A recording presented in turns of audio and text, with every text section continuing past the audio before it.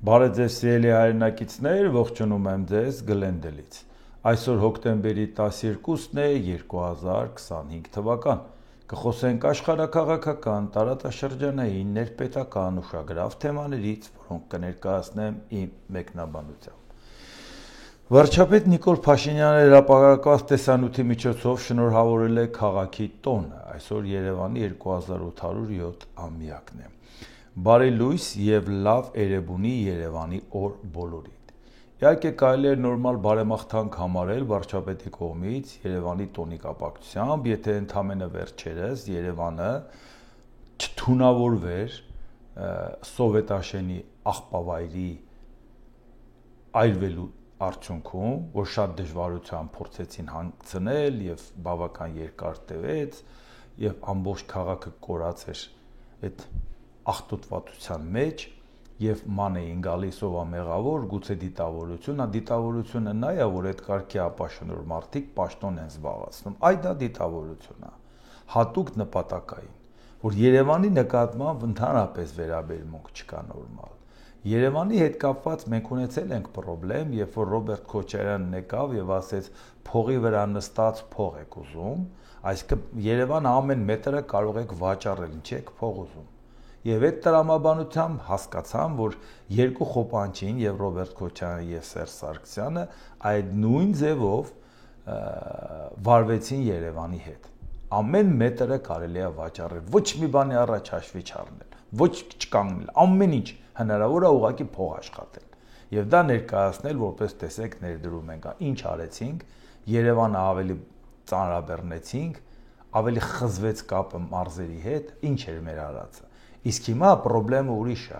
Այդ երկու խոպանչին եկել էին գիտենք ինչի համար, բայց երբ որ Նիկոլ Փաշինյանը դառնալով վարչապետ ասում է, որ Հայաստանը հիմա խոպան է, այսինքն աշխատատեղ ստեղծելը համարում է խոպանչիություն։ Այսինքն մարդու պատկերացումը իր սեփական երկրի նկատմամբ, որ սա խոպան է։ Եթե թշնամին նման բան ասեր, դե մի բան վերցնես սեղանից, խփես ճակատին, բայց դա ասում է երկրի վարչապետը։ Այզևի խոպանչի նման էլ վարվում են Հայաստանի հետ, նաև Երևանի հետ։ Եվ ված չէր լինի, որ իրանք տեսնեին, որ Էրեբունի Երևան տոնակատարության մասին է խոսում, Էրեբունու ամրոցից մինչև Սովետաշենի Զիբլանոցը քանի մետր է։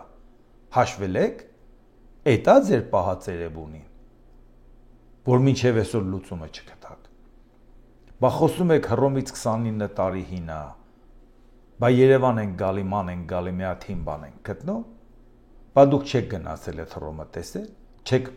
փողոցում քայլել, թե քաղաքապետը, թե վարչապետը։ Չեք տեսել հնության վրա ոնց են դողում։ Չեք տեսել, որ մի հատ գովազ չկա, որը փագի որևէ կառույց, պատմական արժեք ներկայացնող տեսել եք տենց բան։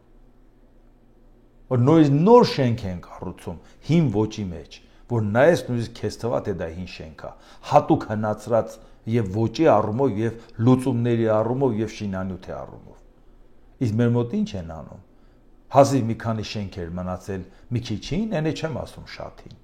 Վերցրեցին դրա ֆասադը կպցրեցին նոր շենքերին։ Ինչ դարձրեցին։ Հինը նորին կպցրեցին, նոր ձևով ներկայացրեցին, ոչ թե նորը սարքեցին, հնի ոճի մեջ, որ քաղաքը այդ հնությունը զգացվի։ Բայց այդ ամեն ինչը նայեք։ Տեսեք մարդիկ ոնց են իրանց քաղաքի վրա դողում, տեսեք ոնց են քաղաք պահում։ Այն օր եկեք ասեք տոնակա, որտեղ ձեր պատկերացրած Երևանի մասին խոսելը, դա նա է, որ ուղղակի հեսա կգնա, քեֆ, ուրախություն, ապարել եւ այդ էսա վերաբերմունքը, բա տոնն է, Երևանի տոնն է։ Աղբուզիբիլի մեջ կորցնելով Երևանի տոնն է, թունավորելով Երևանի տոնն է։ Անցնենք տեսնենք աշխարհում ինչ է կատարվում։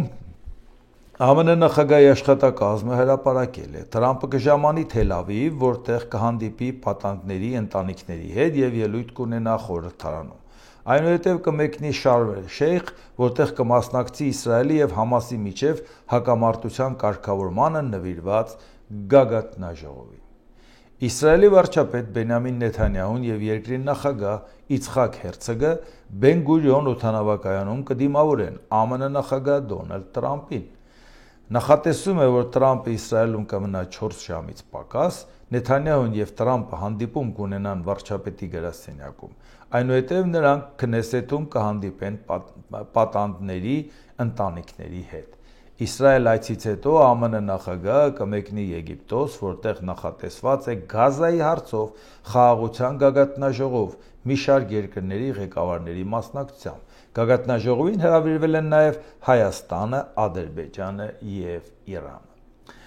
Հարցը նա է, որ հիմա այսպես շատ ճոխ ձևով ներկայացվում է, որ հիմա գագաթնաժողով Գազայի հետ կապված խաղաղության, այն որ խաղաղություն լինի, իհարկե լավ է, բա մարդկանց կոտորելը կարող է լավ լինի, պարզա որ պատերազմը դադարեցնելը, հակամարտությունը կարգավորելը միանշանակ օգտակար է, բայց այն ճոխությամբ ոնց որ հիմա Դոնալդ Տրամպը ցանկանում է ցույց տալ, թե ինքը ինչ է անում Գազայի հետ կապված, այսինչ խաղաղություն է բերում, հաստատ դա այդ ծավալը չունի, որովհետև ենթադրենք Գազայում պատերազմը դադարեց, բայց հաջորդը խաղաղություն է հիմա, հաջորդ քայլը Գազան Պաղեստին պետության մաս էր։ Հիմա մի քանի պատերազմներից հետո այդ տարածքը բավական փոքրացել է եւ օրգանապես կապը կտրվել։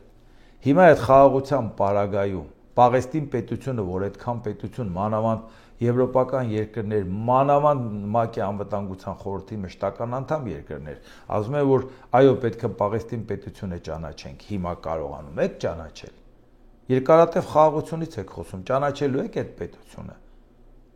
Կայանալու է այդ պետությունը։ Ոչ։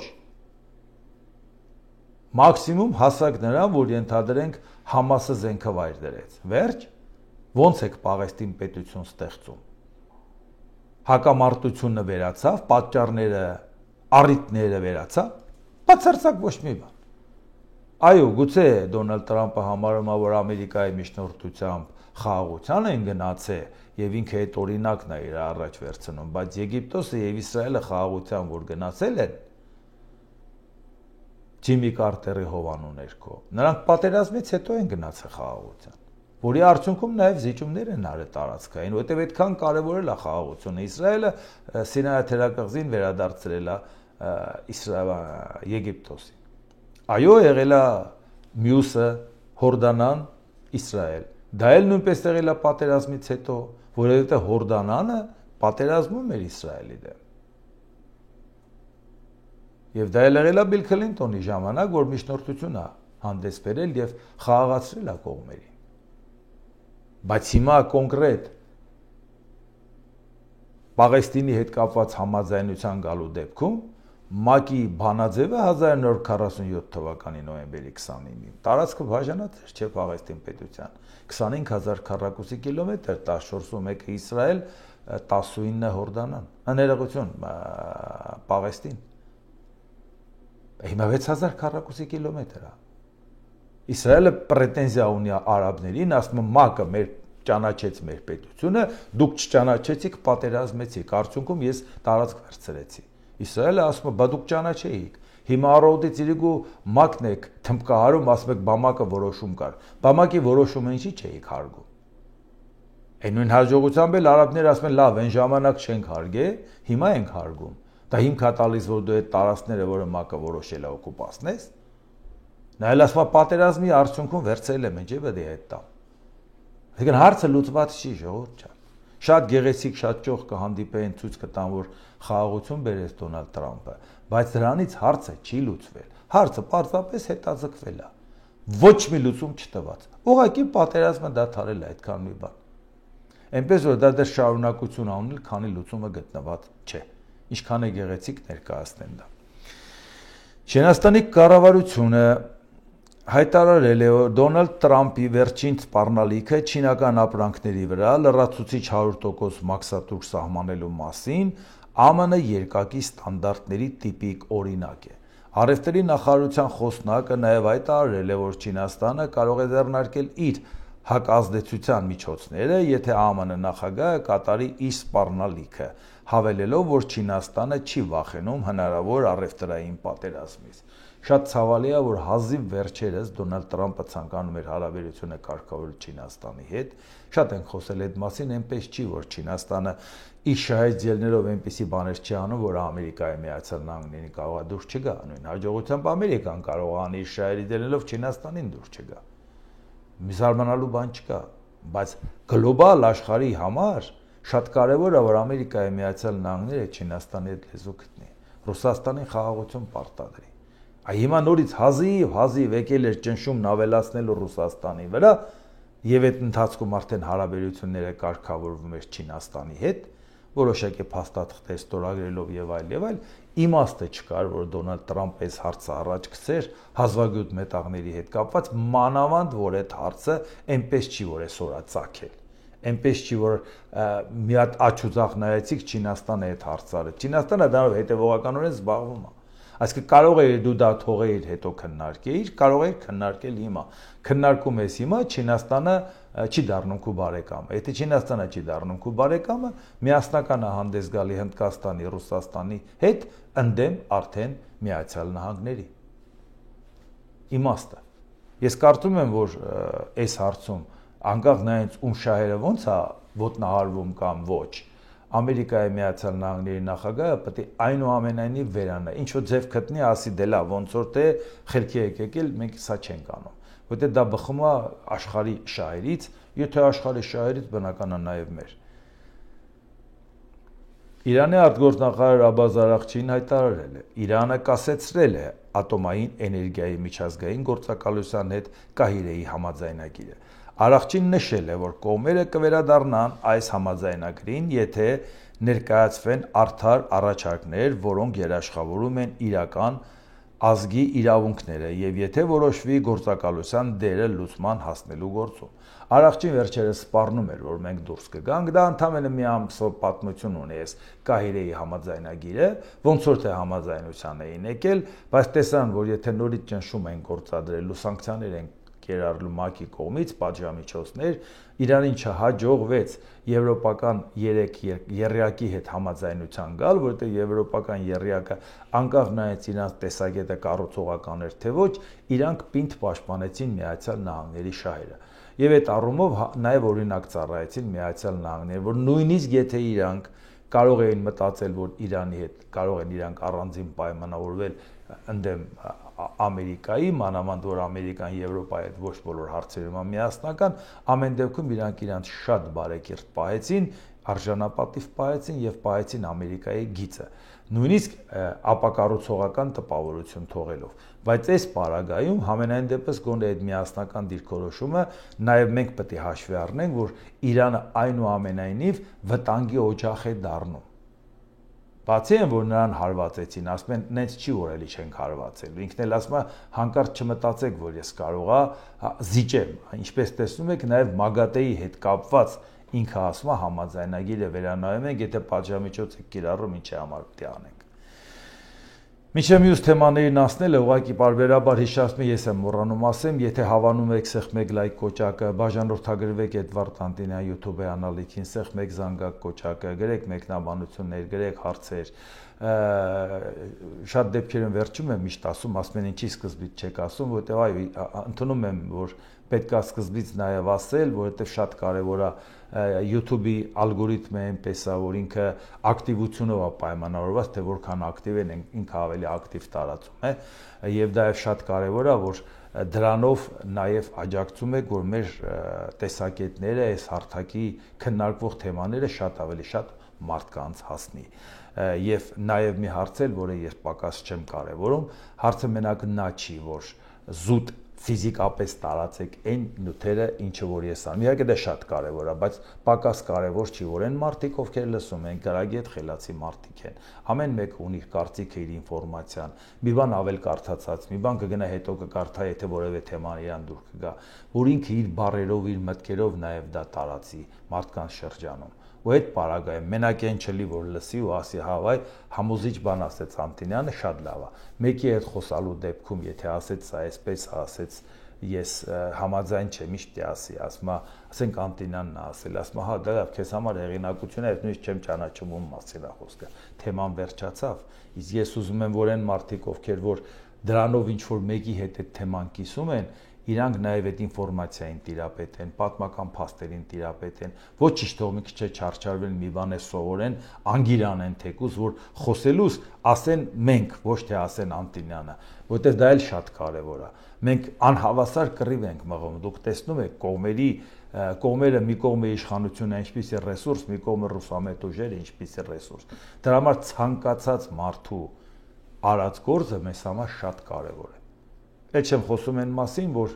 ցանկացած նյութի նկարագրական մասում կա նաև եթե մարդիկ ցանկություն են ունենում մասնակից լինել ֆինանսապես նաև մեր ծրագրերին, արագ փոխանցում դանդաղ, Patreon, PayPal եւ այլ ամեն ինչ կա։ Անցնենք առաջ։ Աֆղանստանի եւ Պակիստանի սահմանին սկսվել է թեժ զինված բախումներ իսլամիստական Թալիբան շարժման զինյալների եւ պակիստանցի զինվորների միջև։ Եվ զոհեր կան, եւ որոշակի խնդիրներ կան, եւ նաեւ Աֆղանստանից մտել էին որոշակի հենակետեր վերցրել, Պակիստանը գլուխը գովմավոր հետ է շպրտել, այնուամենայնիվ այդ լարվածությունը կա։ Ցանկացած այս կարգի լարվածություն մեզ համար խնդիր է, որովհետեւ ի վերջո Պակիստանը միջուկային տերություն է ու չես իմանա, թե իրանք իրար ոնց կդրսևորեն, առավել եւս, որ հիմա այս հարցի հետ կապված կամ պետք է Դոնալդ Տրամփը հույսը չկորցնելով 2026 թվականի խաղաղության Նոբելյան մրցանակի խառնվի սրան, կամ էլ թե չէ պետք է կանգնի ասի դե եթե տենց է գնացեք ձեր հարցերը լուծեք, թող այդ Վենեսուելայի Նաչոնիկը թող ձեր հարցերը լուծի։ Հիմա տեսնենք ինքը իրան ոնց կդրսևորի, բայց ամեն դեպքում նոր կրակի օջախ որևէ ձևով այս աշխարհի շահից չի բխում։ Առավել եւս դեռ վերջնական չենք եկել այն վիճակի, որ Դոնալդ Տրամփը ասի ագրեսորը պետքա պատժվի։ Դեռ առայժմ ինքը այնուամենայնիվ մտածում է, որ ուժի դիրքերից աշխարհը բաժանելն ավելի անվտանգ ու ապահով է, եւ մտածում է, որ բոնուս տա նաեւ ուժեղին, որը որ շատ սխալ է այսօրվա դրությամբ եւ հաստատ դա ավելի վտանգավոր է դարձնում մեր մոլորակը։ Պետք է վերադառնալ Ամերիկայի Միացյալ Նահանգների այն առանցքային դերակատարությանը, որ Ամերիկան բավարար ուժ ունի պաշտպանելու թույլի շահերը, պաշտպանելու արդարի շահերը։ Սա է Ամերիկայի ուժը։ Ամերիկայի ուժը ոչ հրթիռն է, Ամերիկայի ուժը ոչ տարածքն է, ցանկացած ինչ հարցով վերցնես, մեկը կարող Ամերիկային գերազանցի։ Անգերազանցելի է Ամերիկան այն հարցում, եթե ինքը ուժը արդարի կողմն է։ Նույնիսկ եթե ոչ բոլոր հարցերում ինքը արդարաբար վարվե, բայց լուծումը, որը պարտադրել է, մարդիկ հասկացել են ինչի համար արվում։ Այնպես որ տեսնենք, թե զարգացումները ինչպիսին կլինեն։ Իսկ հիմա նայենք Ուկրաինայի նախագահ Վոլոդիմիր Զելենսկին հայտարարել է, որ Ռուսաստանն ակտիվացրել է իր հարձակումները, օգտվելով միջազգային հանրության կենտրոնացումից Մերձավոր Արևելքում տեղի ունեցող իրադարձությունների վրա։ Իդեպ Մերձավոր Արևելքի հետ կապված, որ ասեցինք, Երջանկայիչատակ Զբիգնև Բժեժինսկին ժամանակին լավ զգուշացնում էր։ Երբեք Ամերիկայի Միացյալ Նահանգները չպետք է Մերձավոր Արևելքում ներկայացված լինի եւ փորձի ամբողջական վերահսկողություն հաստատել, ուղղակի խայտառակ կլինի։ Այսօր երբ որ J.D. Vance-ը ասեց, որ մենք չենք պատրաստվում զորք մտցնենք, մտածում եմ, որ գուցե ինչ-որ մի բան հասկանում են, որովհետեւ իր ասածը որն էր. շահերը տրամագծորեն տարբեր են։ Դու չես կարող այնպիսի բանաձև գտնել, որ Մերձավոր Արևելյան բոլոր երկրները գոհ լինեն Ամերիկայի միջնորդությունից։ Չի կարող նման բանել։ Լավագույն դեպքում Ամերիկան ուղղակի խայտառակ կլինի հարցը չկարգավորելու պարագայում։ Այսինքն կա խնդրեմ, Ամերիկան մտավ, կետային ձևով լուծումը տվեց, հետ քաշվեց։ Ունի այնտեղ գործընկեր իդեմս Իսրայելը, աշխատեց նրա միջոցով, բայց հետ քաշվեց։ Կա այնտեղ որևէ տեղ բազաներ Միացյալ Նահանգների, կա որևէ ձևով այդ բազաների խնդիրը դա չի ամենտեղ միջամտել, բայց չփորձել այնպես անել, որ ասել այ բոլոր կողմերը ինձանից գոհ են, որովհետև եթե Եգիպտոս եւ Իսրայել կարողացել է հասնել նրան, որ խաղաղություն բերի, բոլոր կողմերը գոհ լինեն, Իսրայելը վերադարձնի իր կորցրած տարածքները, Ներողություն Եգիպտոսը, իսկ Իսրայելն էլ ստանա խաղաղություն, գոնե ամենածանրակշիռ խաղացողը անցնի Ամերիկայի կողմը, դա արդարացված էր, հասկանալի էր։ Ամբողջական վերահսկողություն սահմանել Մերձավոր Արևելքը մեծ պետք է հասկանալ, այդ որ ընդհանուր շահը պետք է արաբներին ու Իսրայելին կապի իրար հետ, որ Ամերիկան էլ փորձի դա կարգավորի։ Հիմա հուսանք, որ գոնե այդ ցուցումը Բժեզինսկու այնուամենայնիվ Դոնալդ Տրամպը շատ չի ոգևորվի, որ ինքը շատ լուրջ ներկայացված լինի այնտեղ։ Զելենսկիի խոսքով միայն անցած շաբաթվա ընթացքում Ուկրաինայի դեմ օգտագործվել է ավելի քան 3100 անօդաչու թռչող սարք, 92 հրթիռ եւ մոտ 1360 կառավարվող ավիառումբ։ Հիմա սա նաև խոսում է նրա մասին, որ Ուկրաինան ասում է, որ ուշադրություն դարձրեք, որովհետև հիմա առիթից ցանկանում է Ռուսաստանը օգտվի։ Իսկ հիմա նայենք Ռուսաստանը ինչ վիճակում է եւ ինչի մասին է խոսքը։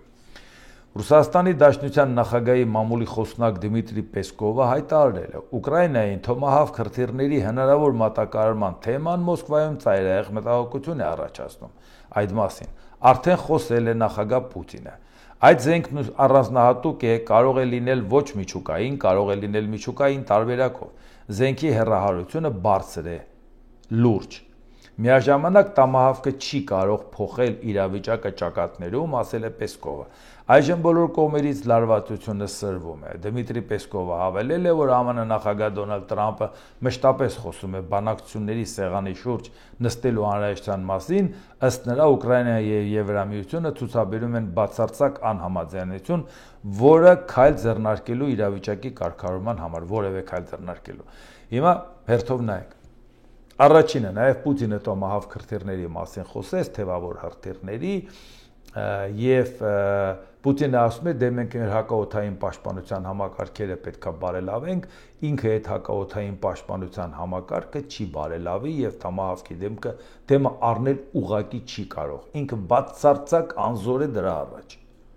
Չունի ինքը դա, այդ հեքիաթը մոռացեք։ Այն ինչ որ ինքը հակաօդային պաշտպանության համակարգեր վաճառում էր ուրիշներին, մենք տեսել ենք, թե դա ինչ արդյունավետությամբ է գործում, խայտառակ արդյունավետությամբ։ Իսկ լա դեռ տոմահավքը իրանց ընդհանրապես նույնիսկ իրանք շատ են խոսել այդ մասին, նույնիսկ հազիվ հասցնեն գլուխը բարձրացնեն, նկատեն, որ իրանց գլխով թռավ։ Ինչ ռադարը ֆիքսի կամ ֆիքսելուց հետո հարվածի։ Չկա տենց բան։ Գործնականում դա անխոցելի է, որովհետև կարող է խոցելի է, բայց ոչ Ռուսաստանի համար։ Ռուսաստանի հակաօդային պաշտպանության համակարգերը զրոյա դրա դեմ։ Այդ դրամ էլ հիմա սենց հուզված են։ Անհանգստացած են, մտահոգված են։ Բա ինչ էիք ուզում։ Հյուսային Կորեայից հրթիռ բերեիք, խփեիք Ուկրաինային։ Պուտինը խոսում էր, որ պետք է սենց ակտիվ լինել, ասենց սուրա փամփուշտները, սենց իրանց էներգիա պետք է լի առույգության համար։ Այսինքն մարդ մահանալը, մարդու սպանելը, թալանելը, դա իրան առույգություն է տալի։ Բա հիմա քու երկրին են հարվածում առույգություն է տալի։ Այդ էլա դուրդ գալի տենց շատ լավ։ Իսկ հիմա այդ մտահոգությունների մասին են խոսում, բայց շարունակությունը նորից խոսում են նրա մասին, որ այս բանակցությունների հետ կապված Ուկրաինան ու Եվրամիությունը չեն համաձայնվում խաղաղ բանակցության, ինչու համար է դա արվում, որ գոնե Տրամպին համոզեն դեպի իրանց քաշեն։ Իրանց մակարդակը տենց էլ մնացել է։ Պառակտենք արևմուտքը, պառակտենք մասերի բաժանենք, պառակտենք, որ կարողանանք մեր հարցերը, որովհետև եթե իրանք հանդես են գալի միասնական, Ռուսաստանը անզոր է դրա դեմ։ Եթե բողոքում ասում է, բայ բոլորը գնացին միացան, բայց բոլորի դեմ եմ կռվում, բայց քեզ ով էր խնդրում կռվեիր որ։ Քեզ թվում էր մենակ քեզ իրավունք ա վերապահած, քեզանից ուժ բանը թույլի դեմ կռվես, հա։ Ատամ ցույց տաս, ուժ ցույց տաս, ասես տեսեք ինչ եմ անելու։ Ինչ պատմական արդարություն վերականգնելու եմ, ինչ ուզենամ դա իմն է։ Էսա։ Եվ բնական է, որ եթե հանկարծ գործը կհասնի դրան, որ Դոնալդ Տրամպը այնուամենայնիվ որոշումը կկայացնի տոմահավք հրթիռները տալու, ինքը հաստատ որևէ խնդիր չի ունենալու, որովհետև Ռուսաստանը ամեն անգամ մի կլաս բարձր հրթիռ տալուց առաջ ասում է տեսեք ինչ եմ անելու, այտենց էլ չտեսանք ինչ է անելու։ Ղրիմի կամուրջին խփեք, տեսեք ինչ եմ անելու։ Ռուսաստանի տարածք մտնեք, տեսեք ինչ եմ անում։ Տո Ղրիմի կամուրջին էլ խփեցին, Կուրսկի մարզել մտան, ամիսներով մնացին։ Հլա ու մի հատ հայ մարսով խփեք, տեսեք ինչ ենք անում, տեսանք։ Հետո էլ ատակամսով էլ տեսանք։ Տեսել ենք ամեն ինչ, ժողովուրդ ջան, 4 տարի է այդ կռիվը գնում, ամեն ինչ տեսել ենք։ Միակ մարդը, որին դեռ հաջողվել էր խաբել, դա եղել էր Դոնալդ Տրամպը։ Հիմա այդ հետ ինֆորմացիան ստացավ, նա էլ չի խաբվելու։ Իսկ հիմա Բելարուսի նախագահն էլ իր ոճի մեջ իր լացուկոսն ա դրել, բանա բացատրում։ Ալեքսանդր Լուկաշենկոն ասել է. «Վերջին օրերին բազմաթիվ տեղեկություններ ենք ստանում, որ խնդիրը ոչ թե ԱՄՆ-ն է, որը շատ է ցանկանում առաջընթաց խաղաղագործընթացում, ոչ թե Ռուսաստանը, որը պատրաստ է առաջ շարժվել, ոչ էլ Եվրոպայի առաջնորդները, այլ ավելի շատ Վոլոդիմիր Զելենսկին։ Կարծում եմ նա ամեն ինչ հասկանում է», ասել է Լուկաշենկոն։ Հիմա ինքը ասում է Զելենսկուն մեկուսացնեք, այս բոլորը անիմաստ կռվի մեջ եք մտել, որովհետև Զելենսկին անզիջում է, ու Զելենսկին այտենց պինդ կանգնած է, որ ինքը անզիջում դիրք ունենալու պարագայում բոլորն իրան աջակցում են։ Բելարուսի նախագահի համոզմամբ այդ որոշումները պետք է ընդունել շտաբ, որպեսզի Ուկրաինան չվերանա որպես պետություն։ Գործել է պետք շտաբ, Ռուսաստանը առաջ է շարժվում ճակատում։ Ես դա պատասխանատվությամբ եմ ասում, քանի որ ամեն օր փաստացի հետևում եմ, եւ դա կարող է հանգեցնել Ուկրաինայի որպես պետություն վերացման, հայտարարել է Լուկաշենկոն։ Սա այն Լուկաշենկոն է, որը ասում էր մաքսիմում 3-4 օր։ 4 առավելագույնը։ Ու չէր ասում Ռուսաստանը Ուկրաինային, ասում էր մենք։ Ինքը Ռուսաստանի հետ միասին եւ իր տարածքն էր տրամադրում, որպես Ուկրաինային հարվածեն։ Բայց 4 տարվա մեջ այդեն չի Ուկրաինան չվերացավ։ Էդ է ձեր հաշվարկները։ Քանի անգամ եք պրոգնոզարել, որ Ուկրաինան էսա փլվելու է։ Առաջնագիծն է քանդվելու, էսա անելու են ալնելու։ Բայց նույն Բելարուսի ղեկավար Լուկաշենկոն չէր, որ ասեց միջուկային մարտագլխիկներ են բերել դնել իմ տարածք, ես հարձակման չեմ անցնելու, բայց բերել եմ դրել, որ եթե ին վրա հարձակվեն, ես կխփեմ, ես կպայթացնեմ, ես ամեն ինչ կանեմ, հանկարծ ին վրա չհարձակվեք։ Բայց չէր վախենում, որ դիքու վրա հարձակվեն, որ հասկանում ես իրավիճակը որն է, որևէ մեկը խաբվում է հիմա, բացի Լուկաշենկոից։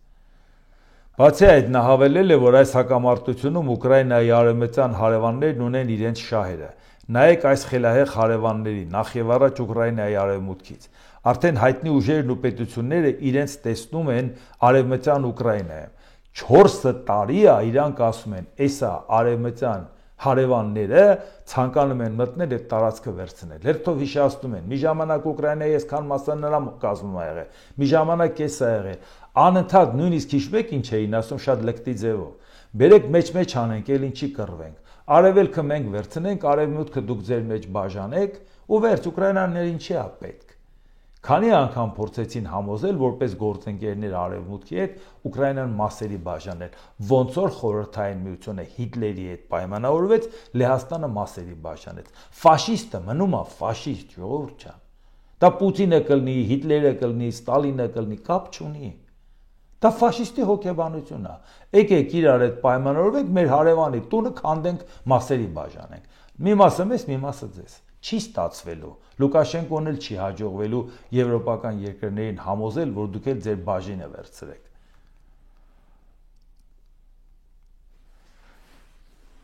Նրանք արդեն պատրաստ են խլել Ուկրաինայի մի մասը, ինչպես դա եղել է մեծ հայրենական պատերազմի նախօրեին։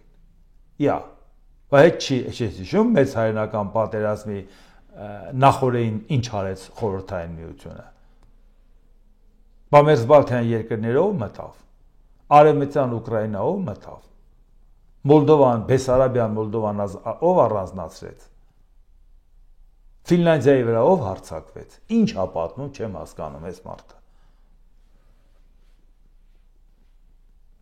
Նույնպես հասկանում եք, թե ինչի մասին է խոսքը։ Այնտեղ շատ լուրջ խառնաշփոթ է, ասել է Լուկաշենկոն։ Ոչ մեկի մոտ է խառնաշփոթ չկա, ոչ մեկն որևէ հավակնություն չունի ուկրաինական տարածքի նկատմամբ։ Թե մտքում ով ունի, ինչքան էլ համոզեք, դա իրականություն չի դառնալու, որտեղ եվրոպական ընդհանուր քաղաքականություն ա վարվում ուկրաինական պատերազմում։ Դուք տեսնում եք այդ ամեն ինչը։ Եվրոպան իր անվտանգության հարցերը լուծում է։ Ոչ մի պարագայում ինքը առիթից չի օգտվի օկուպանտ Ռուսաստանի հետ տարածք բաժանի եւ դառնա հավասարապես օկուպանտ։ Կրկին ուզում եմ ասել, որ Ուկրաինայի նախագահը լսի իմ առաջարկները եւ հասկանա, որ Ուկրաինայի տարածքում իրեն երջանկություն ոչ ոք չի բերի, բացի սլավոնական պետություններից։ ուստի պետք է նստել եւ պայմանավորվել, եզրափակել է Լուկաշենկոն։ 4 տարի կռվելուց հետո, ժողովուրդ ջան, նոր պարզվել է, որ Լուկաշենկոն իմացել է, որ իրանք սլավոնական պետություններ են, եղբայրներ են։ 91 թվականին, դեկտեմբերի 8-ին, Բելավեշկայա Պուշչայում, երբ որ գնացին խորհրդային միությունը լուծարեցին, իդեպ լուծարեցին այն 3 հանրապետությունները, որոնք 91 թվականի մարտի 17-ին խորհրդային միության պահպանման հանրաքվեին մասնակցել են։ Եվ 70-ից ավել ձայներ տվեց Ռուսաստանը, Ուկրաինան, 80%-ից ավել Բելարուսը։ Բայց դրանից հետո գնացին բաժանեցին, ասեցին, որ այս ԱՊՀ 3 սլավոնական պետությունները իրավահաջորդն են իրենց մասով խորհրդային միության, մեզ անտեր թողեցին, որովհետև մեր սահմանի կանգնած զինվորը խորհրդային միությանն էր երթում տվել, իսկ խորհրդային միությունը այլևս չկար, ով էր դա պահում։ Որովհետև ասին մենք ենք արյունակից, նրանց հերն էլ անիծած կոպիտ ասած։ Հետո իհարկե ինքնասիրությունը մի կողմ դրեցին, գնացին Ալմաթիում 13 օր հետո միացան, բացի իհարկե 3 մերձբալթյան հանրապետությունները եւ այդ պահին Վրաստանը չմիացավ, հետո միացավ։ Բայց խնդիրը ո՞րն է։ Սլավոնական պետությունը եք, որ անգամ մտածում եք ավելի լավ է երեքով մեր հարցը լուծենք, մնացածը ինչ ուզում անեն, մենք ենք արյունակից։ Բայց այդ արյունակիցը, որ այսօր այդ 3 սլավոնական պետությունով 3-ից 2-ը մի կողմ են եւ իրաց թիվ 1 թշնամին համարում են Ուկրաինային, Ուկրաինան էլ իր թիվ 1 թշնամին համարում են նրանց։ Քանի տարի անցավ, որ դուք հասկացաք, որ այդ սլավոնական եղբայրությանը դուք որևէ բանի տեղ չդրեցիք, ընդհանրապես Ռուսաստանի շահերը սպասարկելու համար։ Բանուն Լուկաշենկոն քանի անգամ ենք ասել,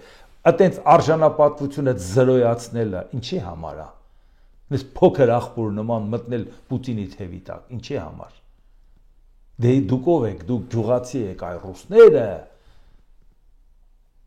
Ինչ ռուսները։ Թաթարի սենունդները,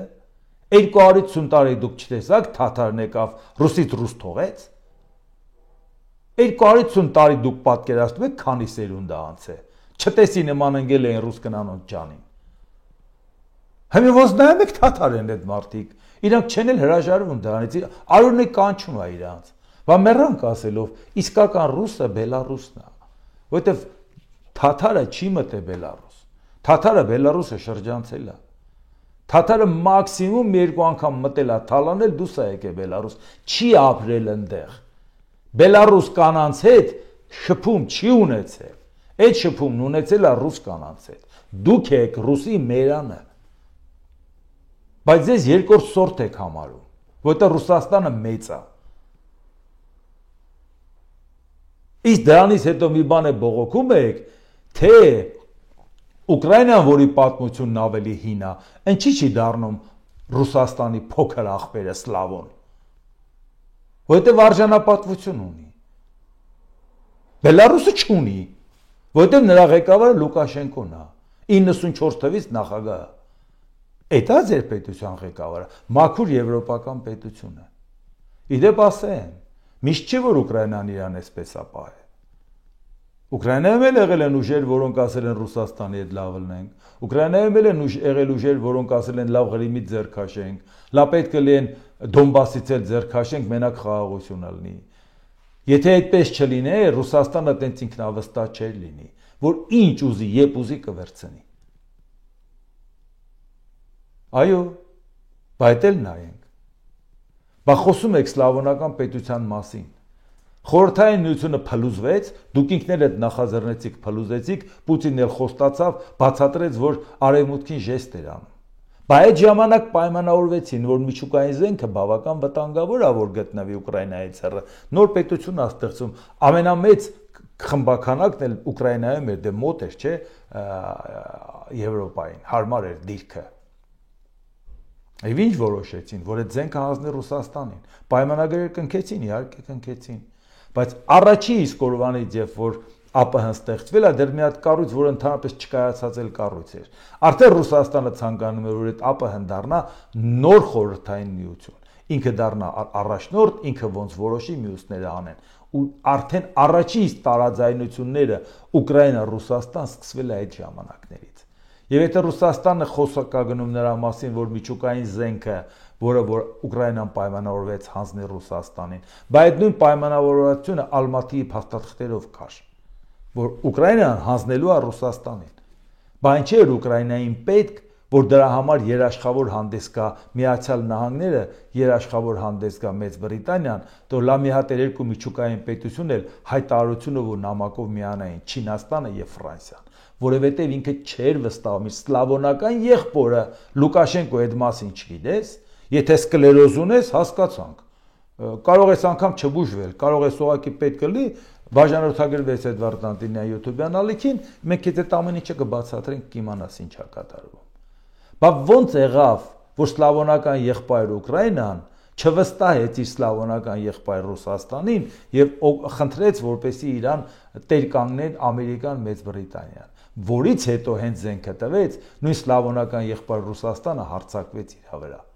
Եվ հետո էլ ասում եմ, բա գիտեք ինչ, այնտեղ ինչ որ ապօրինի ընտրություններ արեցին, որի պատճառով ես մտա, որպեսզի Ղրիմը վերցնեմ։ Իսկ այդ փաստաթուղթը, որ ստորագրել էր, այնտեղ գրած էր, որ երաշխավորում է Ուկրաինայի տարածքային ամբողջականությունը, սահմանների անխախտելիությունը, այն դեպքում, երբ որ ընտրության արդյունքները կասկածի տակ չդրվի։ Այսինքն պետության ինքնիշխանությունը ճանաչելը հիմք է տալի մտածել, որ այսինչ ղեկավարը դուրներս չի գալիս։ Կամ սրա հետ այդ պետության ներսում լավ չվարվեցին։ Սա է միջպետական փաստաթուղթը։ Սրան պետք է հավատա սլավոն Ուկրաինան։ Ռուսաստանը ինչի է ցանկանում Ուկրաինան տենց վերցնի կյանքի գնով 10 անգամ ավելի շատ տարած տալիս է չինացիներին, որպեսզի այդ պատմությունը կպցնի իր թաթարական պատմությունից մաքրվի։ Թաթարի պես մտել է Ուկրաինա, քոչվորի պես մտել է Ուկրաինա, բայց ուզում է սլավոնական ժառանգությանը տեր կանգնի։ Չի կարող տենց լի դու թաթարի պես ես քեզ պահում, արդեն բացահայտել ես, պատմությունը գողանալով չի, Կիևը վերցնելով չի, Կիևը վերցնելով թաթարական հետքը չես մաքրի, որովհետև Կիևը ուզում ես վերցնես թաթարի նման, հրոսակախմբերով, ջարդելով, փշրելով, բռնաբարելով, գողանալով, թալանելով։ Էս է ժողովուրդ ջան։ Իսկ սա մենակ աշխարհի խնդիրն է, մեր խնդիրը չի։ Բանի Փաշինյանի եղբայրը չէ Պուտինը։ Բան չենք անհանգիստ։ Որ է սա վիճակը ժողովուրդ ջան։ Մի բան էլ ուղղակի նայենք, երեք խոսենք դրա մասին։ Ռուսաստանի նախագահի մամուլի խոսնակ Դմիտրի Պեսկովն ինչ է ասում։ Ռուսաստանի եւ Ադրբեջանի կապերը ամբողջությամբ չեն դադարեցվել, չնայած երկկողմ հարաբերությունների բարդություններին։ Դրանք շարունակվել են, այդ թվում վարչակազմերի եւ խորհրդականների մակարդակով։ Կապերը ըստ էության չեն դադարեցվել եւ արդարության համար պետք է ասել, որ չնայած այն հանգամանքին, որ մեր երկկողմ հարաբերությունների պատմության մեջ պահը ամենալավը չէ, այնուամենայնիվ մեր առևտրատնտեսական համագործակցության ծավալները շարունակվում էին աճել, ասել է Պեսկովը։ Իհարկե Պուտինն էլ է սրա մասին ասել, Ալիևն էլ է սրա մասին ասել, բայց Պեսկովը պարզաբանում է, որ ժողովուրդ ջան, իմացեք, այո, տարաձայնություններ կար, բայց կար ընդհանուր շահեր եւ դրանով առաջ են գնացել։ Սա հերթական անգամ հիշեցնեմ մեր միամիտների համար, որ մի ամբողջ քաղաքականություն էին կառուցել Ռուսաստանի հետ հարաբերությունները, որովհետեւ Ռուսաստանը Ադրբեջանի հետ հարաբերությունները փչացրել էր։ Այդ դրա վրա կառուցել էին, նաև ուզում էին ասել, որ դա առիթ կհանդիսանա, մենք Ռուսաստանի հետ շատ կլավանանք, Արցախի հարցը կլուծենք։ Իհարկե դա իշխանությունները չէին ասում, իշխանությունը Արցախի հարցը փակած է համարում, ռուսամետ ուժերը, որոնք ասում են գանք իշխանության, Ռուսաստանի միջոցով Ադրբեջանին ճնշենք, Արցախի հարցը լուծենք։ Այ միամիտներ, դուք լավ գիտեք, որ Ռուսաստանը, եթե Ադրբեջանի հետ լավ է, Արցախը ինքն է դատարկել իրար հետ պայմանավորված, եթե Ադրբեջանի հետ վատ է, ինքը այդ քաշը չունի Ադրբեջանին պարտադրի, արցախցիները վերադառնան այնտեղ, ում եք խափում։ Ձեր հայրենակիցներին եք խափում։ Չեք ամաչում, լավ։ Դուք չգիտեք, որ դա ռուսական փաթեթով չի լուծվելու։ Փաստ։ Այդ նույն ոգևորությամբ, որ նաև խոսում են նաև մի ժամանակ Իրանի հետ ռազմաքաղաքական պայմանագրեր ստորագրենք, դա Իրանի հետ դաշինք պետք է կազմենք, Իրանը այնա մեր անվտանգությունը կպայի, տեսեք ինքը ասում է Կարմիր գիծը Հայաստանի տարածքը, միայն ինչ ոգևորված, արդեն չափուձև նարել էին, թե Իրանի հետ ոնց ենք ռազմավարական դաշնակից դառնալու ընդդեմ արևմուտքի։ Եվ եկե շուրեկան տեսան, որ Իրանը լրիվ խառնված է տարբեր բաների մեջ, եւ Աստված չանի, որ Իրանի խնդիրները վերցնենք մեզ վրա։ Բացի դրանից, այդ Իրաններ, որ մեր իշխանություններն էլ միամտաբար պաշտպանեցին, դատապարտեցին նրա հետ կռվողին, իսկ նույն Իրանը գնաց իսլամական համագործակցության կազմակերպության շրջանակներում դատապարտեց Հայաստանին։ Այս ամեն ինչը սա է։ Ցանկացած մի բան, որ կատարում է, բան չենք ամենօրյա ռեժիմով ուզում, որ այդ ամեն ինչին ուշադրություն դարձնեք, որտեղ ցանկացած որ մի բան կատարվեց, պետք է այն բազանալնի չէ, որ դրա հետ կապված մարդը իմանա այս նոր իրավիճակում ինչ է տեղի ունենալու մեր երկրի հետ կապված։ Իսկ հատկապես Ռուսաստանի հետ կապված հարցը ինչով է սրվում։ Գնալով սրվելու է Ռուսաստանի հարցը ու արևմուտքի հետ, եւ գնալով մեր ներքին դաշտում սրվելու է ներքաղաքական պայքարը Ռուսաստանի շահերը սպասարկելու համար։ Մեկը է մյուսին ասում ռուսաստրուկ, բայց երկուսն էլ գործնականում նույն բանով են զբաղված։ Պարզապես ամեն մեկն ասում է աթոռին, որ ես ելնեմ, ես ավելի լավ ստրուկ կաշխատեմ, դուք չեք կարա։ Ինչքան կարամ կթալանեմ Ռուսաստանի օգնությամբ։ Վերջ, Ժորժ ջան, մի բարդ բան ստեղ չկա։ Այնպես որ առավել քան մեզ համար շատ կարևոր է այն ինչ որ հիմա աշխարհում կատարվում է, Ռուսաստանի շուրջ կատարվում է։ Այդ բոլորը շատ ավելի մեծ վտանգ է ներկայացնում մեզ համար։ Իսկ մենք պարտավոր ենք գործել առանց սխալվելու իրավունքի։ Մեզանից յուրաքանչյուրը կարա սխալվի, անսխալական մարդ գոյություն չունի, բայց մեր պետության համար սխալ հաշվարկը կարող է բերի ուղղակի պետության կործանման, ինքնիշխանության կործանման։ Այդ իսկ պատճառով դրա համար իշխանությունը պետք է լսի բոլորին եւ որոշումը կայացնի ինքը եւ այդ որոշման արդյունքում գործի առանց սխալվելու իրավունքի։ Իսկ մեր իշխանությունների վարած քաղաքականությունը հնարավոր չի որ իրանք սխալներ չանեն, բացառվում է որ չանեն, որովհետեւ ուղղակի այդպես է իրանց հարմար։ Նայեն ով ուժ եղա կանգնեն ոտերը, ինչի մասին է խոսքը, ինչ հաշվարկ անեն, ով ուժ եղացավ, մի քանի ամիս հետո ով ինչ անելու, ինչ իմաստը որն է։ Բայց դա է որ այդ ամբողջ բեռը մնում է ժողովրդի վրա։ Վաղն էլ ինչ ընտրություն կատարեցին, թե ասեն ժողովուրդ դուք մանդատը տվեցիք Հայաստանը հանձնելու, ժողովուրդ ջան, ում եք մեղադրում։ Դուք եք այդ մանդատը տվել։ Ում եք մեղադրելու։ Դե ինչ։ Դիտեք եւ դատեք ինքներդ։ Շնորհակալություն։